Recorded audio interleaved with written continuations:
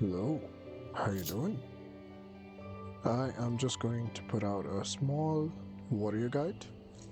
This guide is just meant to be a refresher, a rotation guide, a small overview of all the skills and what all warrior is all about and what it can do. Let's start off with just the basic combo.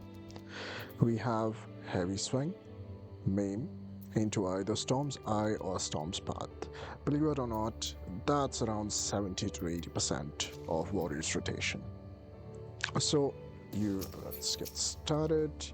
You have a heavy swing, the main, and for now let's go Storm's Eye. You will usually start off with Storm's Eye to get the Surging Tempest buff. The Surging Tempest buff is something that you are going to want to upkeep 100% of the time, and you will very easily be able to do that because this stacks up to 60 seconds, basically 2 casts of Storm's Eye. So to be safe, you can always refresh your buff after when your when your buff goes below 30 seconds, or if you want to be a bit more risky, a bit more gauge focused and Felcleve focused, which you always want to be, you can refresh it whenever it falls below 15 seconds, like that. So, what does your combo lead up to?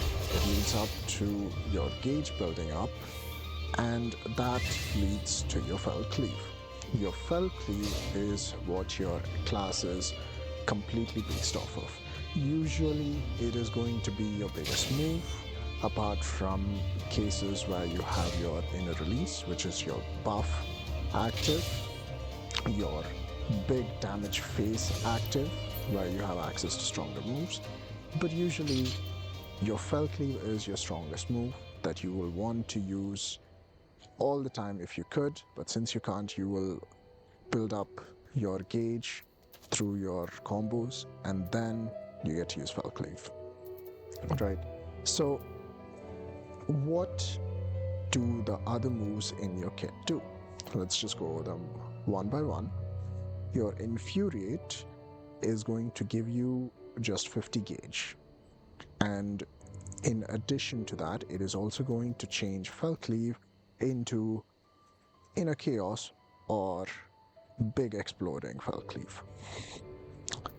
Your Inner Release every 60 seconds is going to give you a huge power up, which looks super cool and gives you free Felcleves,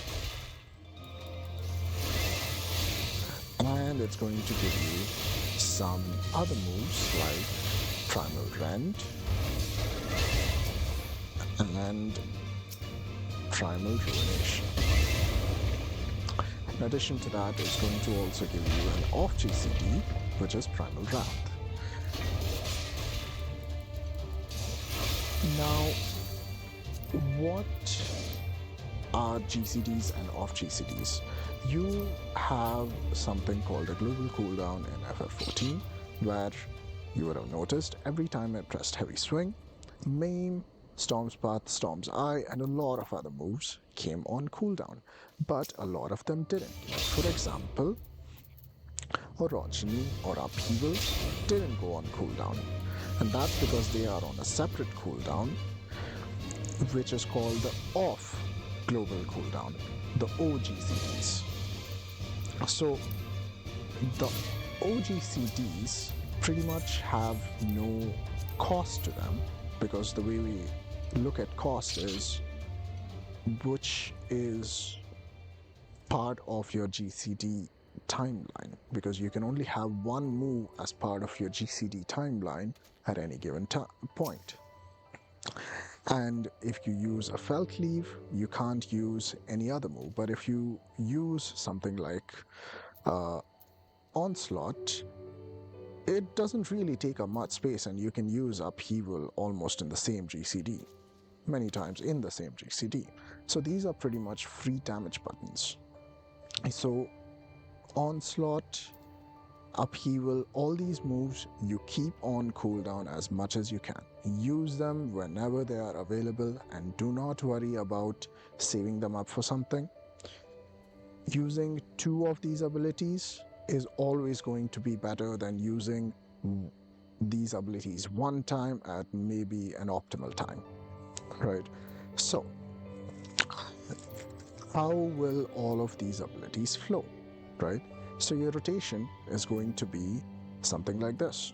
You are going to want to start off with a heavy swing, go into main, go into Storm's Eye. In fact, let me put this up. This is a rotation that I've taken from the Balance Discord server, and this is an opener that shows you pretty much what Warrior's all about. So you're going to start off with a Tomahawk, ignore that. You can use a Tomahawk or you can start off with Heavy Swing.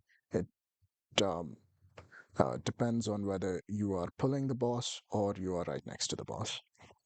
So, as soon as you use your first move, you will infuriate. Why? That's because infuriate gives you gauge and it gives you a buff, neither of which affect anything else in the toolkit. So you can use infuriate without any considerations. That is not the case for inner release because inner release gives you extends your buff by 10 seconds. So that is why you will want to use your heavy swing main Storm's Eye to put your buff up before then using inner release. After this, hopefully you don't ever have to worry about, oh, should I use inner release or not, because you will always have your Storm's Eye buff on. So after that, you will just use your big moves, all your big moves. These don't have to be in any order as long as you use your 3 fell cleaves as soon as you can. And that is because if you use your inner chaos, your primal rend, your primal ruination, and your inner chaos before you use your 3 fell cleaves, you won't have enough time because your inner release only lasts for 15 seconds. So just get your 3 fell cleaves out, and then you can get your primal wrath up. So you can just uh, use your Storm's Eye, inner release, go into your big power phase, use your inner chaos, use your free damage buttons, weaving in there whenever you can. That's just going to be a consideration in the background. And then fell cleave, fell cleave, fell cleave, primal wrath, which let me show you.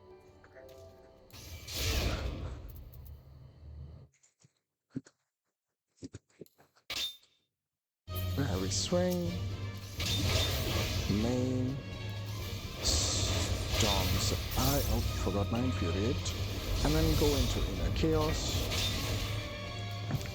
and then inner chaos, fell cleave, throw in my thing over there, and then primal wrath. You can always throw in that somewhere there. Use your big damage buttons, use your inner chaos, and rinse and repeat.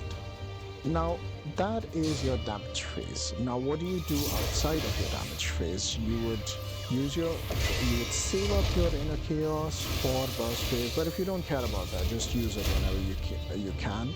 You would always put up your buff when it's available, use your onslaught whenever it's available, and always focus on building up gauge and going for your fell cleaves, and always going for your inner release once it's available. Warrior doesn't have 2 set of a rotation, so you pretty much go with whatever is available when it's available. The main thing that you're going to want to focus on is keeping your buff up, refreshing it once it comes below 15, using fell cleave whenever you can, keeping upheaval, onslaught, and inner release on cooldown, and using whatever moves they bring. Now, what are you going to do for AoE? Now, you are going to pretty much do the same thing, except that your 1-2-3 combo is going to be entirely replaced by Overpower and Mithril Tempest. And this works perfectly because your Overpower is just a damage move, but your Mithril Tempest is going to give you both a 20 gauge, just like your Storm's Path, and is going to give you your buff like Storm's Eye. It's a 2-in-1. So you don't have to worry about anything when you are using your AoE. You would still weave in Onslaught, but instead of Upheaval, you would use Orogeny, because as you can see, they share a cooldown. So it's either one or the other. Orogeny is just the AoE version of Upheaval. And instead of your Fell Cleave, you would use your Decimate. You would still use your Primal Rend and your Primal Ruination and your Primal Wrath once you use your Inner Release, but instead of using your Fell Cleaves in your Inner Release window, you would use your Decimate. And don't worry, your Decimate is still going to give you stacks for your Primal Wrath. Going on to your defensives, your most important defensive is going to be your Bloodwetting. That is what you are going to focus your entire defensive rotation on. Why? Because it's an amazing, really powerful, probably your strongest defensive, and it is on a super short cooldown, meaning that whenever you use it, it is probably going to be up the next time you need to use it. So you are going to use Bloodwetting first and foremost, and then weave in your other defensives like your Damnation, your Thrill of Battle, Rampart, Arm's Length when it's applicable. These are for dungeon mobs, they don't work for bosses, but it's still good to know that you can use Arm's Length for dungeon mobs. Your Reprisal for AoE, boss AoEs, your Shake It Off for boss AoEs, Equilibrium to weave in together with Bloodwetting to keep your health topped off. All that you can mix and match and build off of Bloodwetting. Let me just go what all your defensives do, just to be thorough. Your Bloodwetting gives you a 20% damage mitigation for 4 seconds, and then a 10% damage mitigation for another 4 seconds, for 8 seconds in total. In addition to that, it will give you a small shield. For example, there you go, just a small shield. And it is also going to give you lifesteal.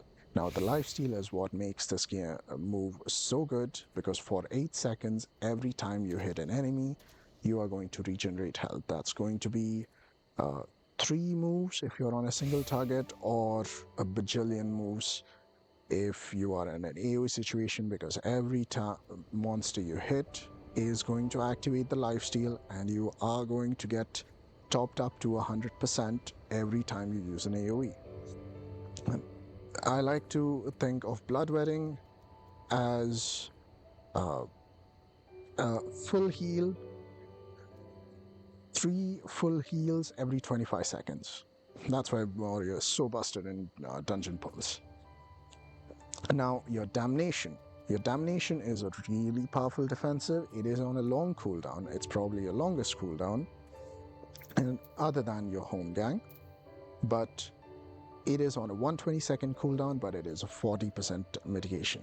It is a super strong cooldown. You will need to figure out where you want to put it. If you are in a boss fight situation, you can always prepare for it. You know which move the enemy is going to throw out, and you can plan ahead and say, okay, the enemy is going to use this move, which is the strongest move it has, and I'm going to use my damnation on that and maybe rampart on a different one which isn't as strong. So you are going to want to prepare your damnation. Your damnation also gives you a hot because warrior didn't have enough healing.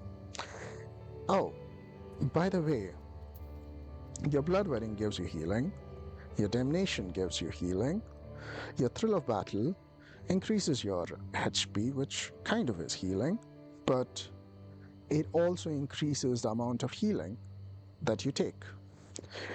Your rampart also increases your healing in addition to a 20% damage mitigation, and you just have a heal and a hot in one button in equilibrium.